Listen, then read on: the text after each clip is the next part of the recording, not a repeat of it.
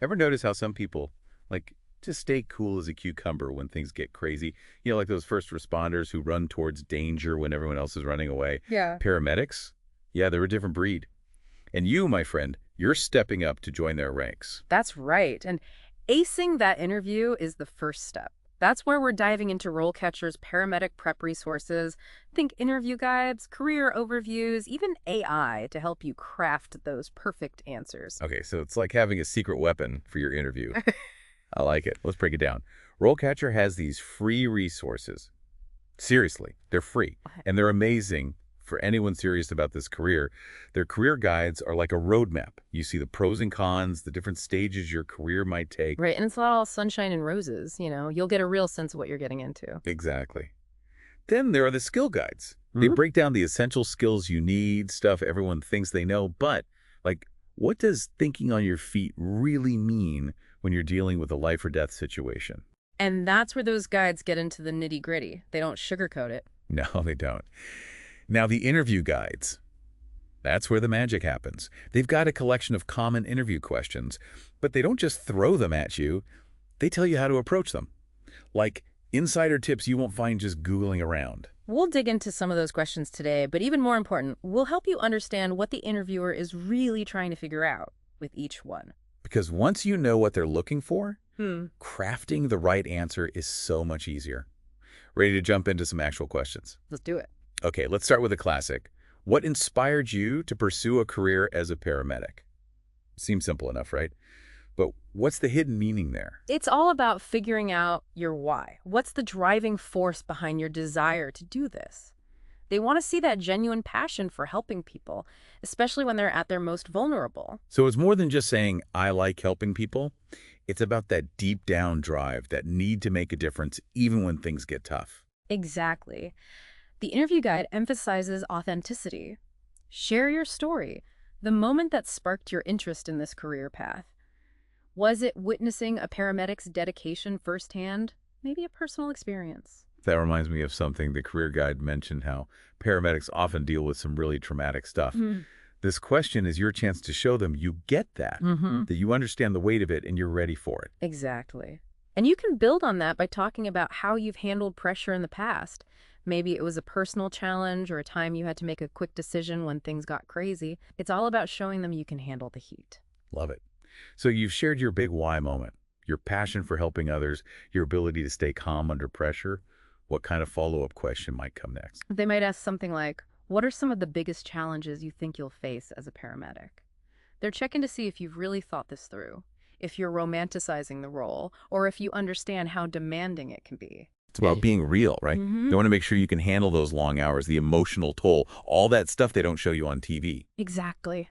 And the career guide actually lists some of these challenges: irregular work hours, the physical demands, dealing with difficult people. When you weave those insights into your answer, it shows you've done your homework. It's like saying, I see the mountain, I know it's tough, but I'm ready to climb it. Okay, let's tackle a question that often trips people up.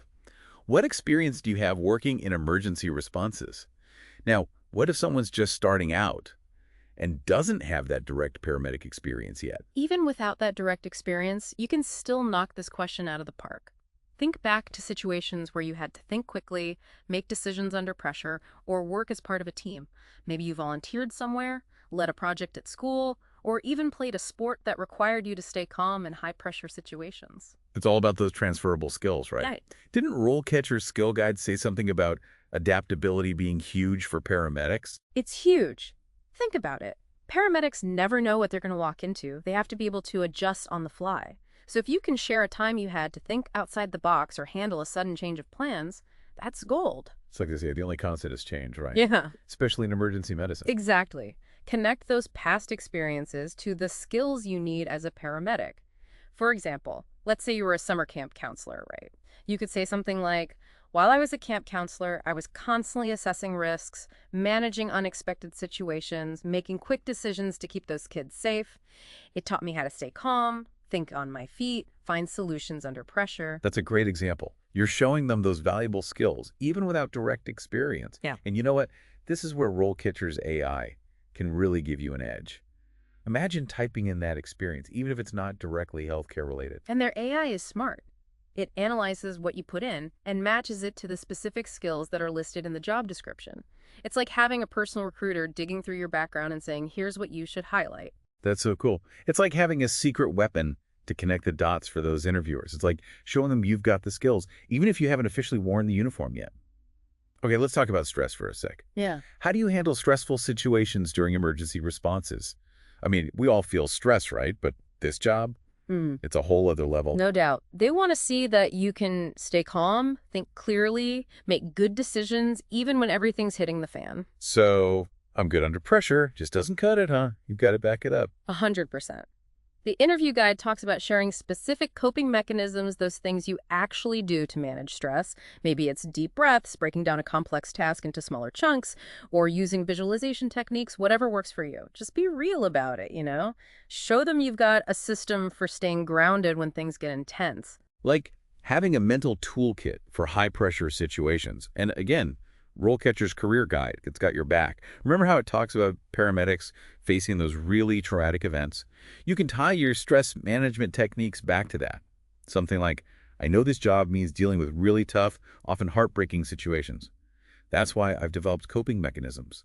Mindfulness, for example, to help me stay centered, stay focused, so I can provide the best possible care, even under pressure. Now you're talking. That shows self-awareness and a proactive approach to handling stress qualities that eat up in this field. It's about showing them you're not just physically capable, but mentally prepared too. Okay, so you've nailed the stress question.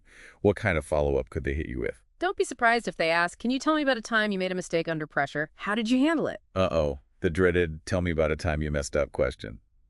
But they're not trying to make you sweat, are they? Not at all. It's about gauging your self-awareness, your ability to learn from setbacks, to grow from your mistakes. So it's about owning it and showing that you're not afraid to learn and improve. You know what would be amazing here? RoleCatcher's AI. You could practice these tell me about a time questions, get personalized feedback on your delivery, your words, even your body language. Talk about next-level prep. It's like having a virtual interview coach in your corner. It's turning those oops moments into aha moments. Okay, let's tackle another question. Can you describe a time when you had to make a difficult decision during an emergency response? This one screams judgment under pressure. You got it. They want to see that you can assess a situation, weigh the risks and benefits, and make a sound decision, often with very little information.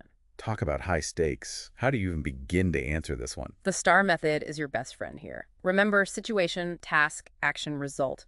Paint a picture of the situation you were in, the task at hand, the action you took, and the outcome. But don't just tell the story. Focus on your thought process. How did you weigh your options? What factors did you consider? So it's not just about what you decided, but how you got there. Showing that critical thinking in action. Exactly. And to bring it back to the real world, remember the career guide mentioned how important it is to communicate clearly with other healthcare professionals. Maybe your example could be a time you had to advocate for a patient's needs while working alongside doctors or nurses. Love it. It shows you understand that teamwork is everything in this field. Okay, you've shared your example, demonstrated your killer decision-making skills. What kind of follow-up question might come next? They might dig into your ethical considerations. Something like, was there ever a time you had to make a decision that went against a patient's wishes? How did you handle that? Well, that's a tough one. It's about balancing patient autonomy with what you believe is in their best interest. Tricky. It is. That's where your understanding of ethical guidelines comes into play, as well as your ability to communicate sensitively and respectfully. It's about showing them you don't just follow the rules blindly. You can navigate those complex ethical situations with compassion and professionalism. Okay, ready for another one. How do you ensure patient confidentiality during emergency responses? Seems pretty straightforward, but is there more to it than meets the eye? Absolutely. It's more than just knowing the rules about privacy. It's about demonstrating that deep understanding of its importance, that you've got a strong ethical compass. So it's about building trust, not just with the patient, but with their families, the community. Trust is everything in healthcare, right? It's everything. Start by acknowledging how critical patient confidentiality is. You can mention the laws and regulations, but go beyond that. Give them specific examples of how you'd ensure confidentiality in your day-to-day work. Give us a for instance. Sure. You could say something like, I would never discuss a patient's medical information with anyone who isn't directly involved in their care. I'd even be mindful of conversations with colleagues, making sure we're in a private setting before discussing sensitive information. It's about being discreet, respecting those boundaries, even when it's chaotic. Exactly. You could even mention how you'd handle those situations where bystanders might overhear something they shouldn't. For example, you could say, if I saw that a patient's privacy was at risk, I would politely but firmly redirect the conversation to make sure their information stayed confidential. Being a champion for your patient's privacy, even in the middle of a crazy situation. What kind of follow-up question might you get after that one? They could throw a hypothetical scenario your way, like imagine you're treating a patient who happens to be a celebrity.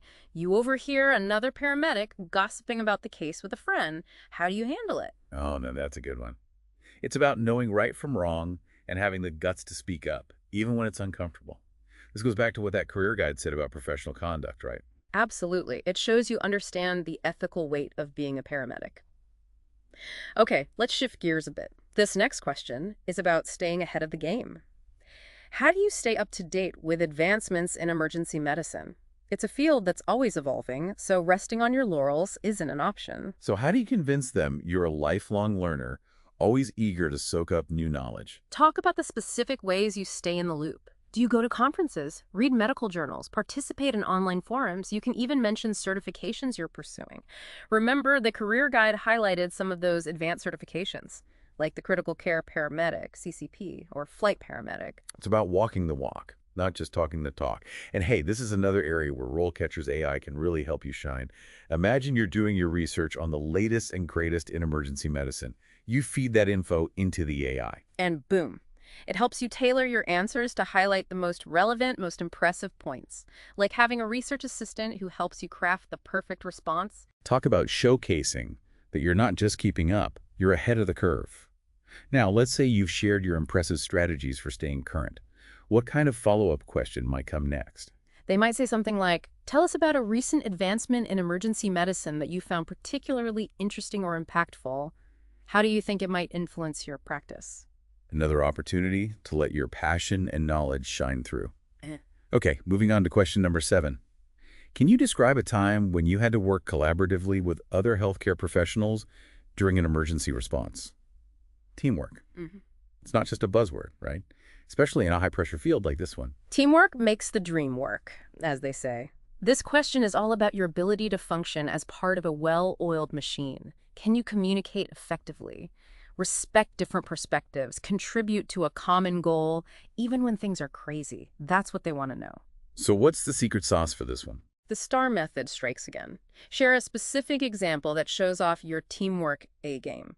Describe the situation, your role on the team, the challenges, how you collaborated to overcome them, and the positive outcome you achieved together. And it doesn't have to be a situation where you were the hero. Right. It's okay to be the reliable sidekick. Exactly. Humility is a good look.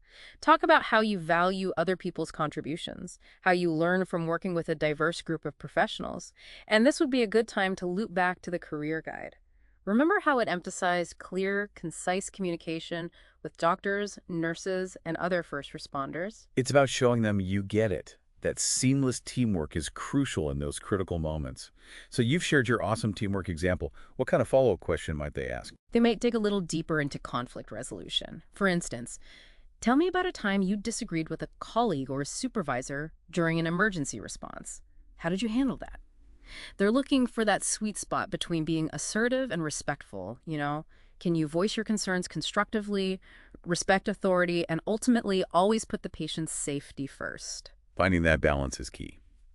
Okay, for question number 8, let's talk triage. How do you prioritize patients during an emergency response? Talk about a high-pressure situation. Where do you even start with that one?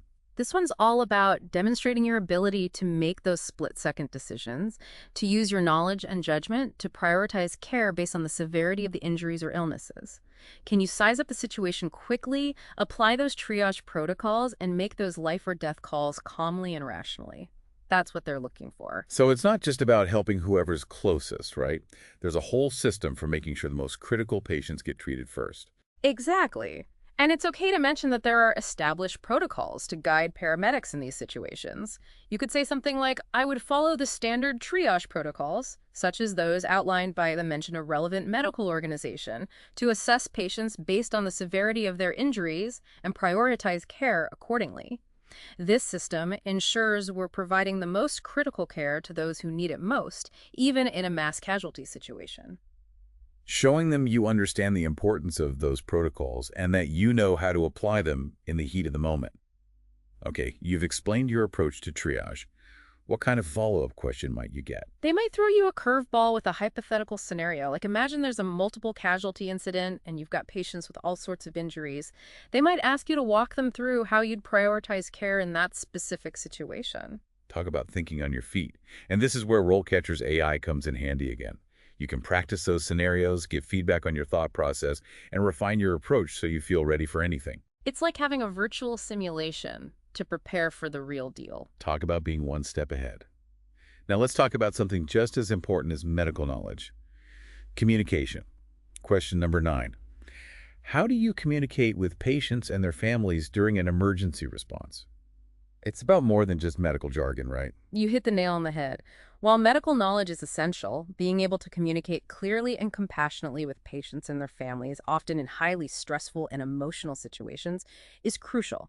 They want to see that you can explain things in a way they understand, that you listen to their concerns, and that you can provide reassurance and support when they need it most. So how do you convey empathy and understanding when you're dealing with people who are in pain, scared, confused? It's all about your tone of voice, your body language connecting with them on a human level.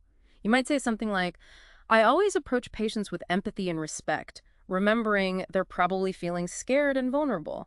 I introduce myself clearly, explain what I'm doing and why, and use simple language they can understand, avoiding medical jargon. And of course, I make sure to listen to their concerns and answer their questions honestly and directly, while also providing reassurance and support to both the patient and their families. Those are such important points. It's about treating the whole person, not just the injury or illness. Exactly. And remember, communication is a two-way street. It's about active listening, paying attention to nonverbal cues, and responding appropriately to their needs. Now, what kind of follow-up question might come up here? Maybe something about dealing with difficult or uncooperative patients or family members? You're right on track. They might ask, imagine you're treating a patient who's refusing care. How would you communicate with them to understand their concerns and try to persuade them to accept treatment? That's a tough one. It's about finding that balance between respecting their autonomy and advocating for what's best for them. Okay, on to the final question in this section, number 10. Can you describe a time when you had to adapt to a challenging situation during an emergency response? Flexibility is key, am I right? Absolutely. Emergency medicine is full of surprises. They want to see that you can think on your feet, adapt to changing circumstances, and come up with solutions to unexpected problems, all while staying calm and focused on patient safety. So how do you approach this question effectively? The STAR method is your trusty sidekick once again. Think of a specific situation where you faced an unexpected challenge during an emergency response. Talk about the obstacle, how you assessed the situation, the actions you took to adapt, and the positive outcome that resulted from your flexibility and quick thinking. And it's okay to share a time when things didn't go perfectly, right? It's all about showing you can learn from those experiences and come back stronger. Exactly. Nobody's perfect. They want to see that you can handle the pressure, learn from challenges, and constantly improve your skills. Now, before we move on, I want to reiterate how valuable RoleCatcher's AI can be throughout this whole interview prep process. It's like having a secret weapon to help you craft those perfect answers and show off your skills in the best possible light. Exactly. Imagine uploading your resume and the job description for that paramedic position you're after. The AI analyzes both documents, pinpoints your strongest skills, and matches them to the job requirements. It can even help you tweak your resume and cover letter to really make those key areas pop. It's like having a personalized resume writer and interview coach rolled into one. And it doesn't stop there, does it? Nope. RoleCatcher has this amazing feature called Beat the Automated Recruiter. You upload your resume, the AI compares it to the job description, and it gives you a score, highlighting any gaps or areas for improvement. So you can see what those applicant tracking systems, ATS, see and figure out how to get your resume to the top of the pile. Precisely. It's about understanding how the game is played and using that knowledge to your advantage. It's like leveling up your job hunt. Exactly. We've covered a ton of ground today, but I want to emphasize how much RoleCatcher's AI can help you throughout this process. It really is like having a secret weapon, especially when it comes to tailoring your answers for different roles. Right. Imagine you've got an interview lined up for, say, a busy trauma center in the city. You upload that job description to RoleCatcher. Okay, I'm following. The AI gets to work, analyzing the description, figuring out what skills and experience they're really looking for. Then it compares that to your resume, even those practice answers you've worked on. Wait, so it's like it knows exactly what they want to hear. Kind of. It gives you super targeted feedback, suggesting ways to emphasize the skills and experience that matter most for that specific role. It's like having a personal branding expert in your corner, highlighting the best parts of your background. Exactly. And that helps you connect the dots for the interviewer so they see why you're the perfect fit. Wow. So it's not just about getting past the robots, it's about speaking their language. You got it. Okay, we've thrown a lot of info at you today, but here's the bottom line. Preparation is key. Know your stuff, practice those answers, and don't be afraid to let your passion shine through. Because when it comes down to it, it's that genuine desire to make a difference that really makes a paramedic stand out. And hey, who knows? This time next year, you could be out there saving lives, putting all this knowledge into action. Now that's what I call a rewarding career. Thanks for joining us on this deep dive into the world of paramedic interview prep. Until next time, stay curious and go get 'em.